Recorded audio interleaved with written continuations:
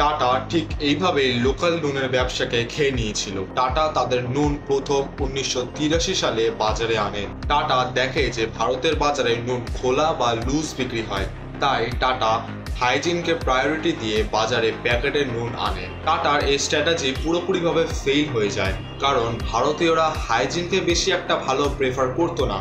তারা সবসময় সস্তার খোলা নুনকেই বেছে নিত। সো টাটা ফাইনালি একটা জিনিয়াস আইডিয়া নিয়ে আবার কামব্যাক করে। টাটা দেখে যে ভারতীয়দের নুনে আয়োডিনের মাত্রা খুবই কম থাকে, যার ফলে গয়টারের মতো নুন দেখা যায়।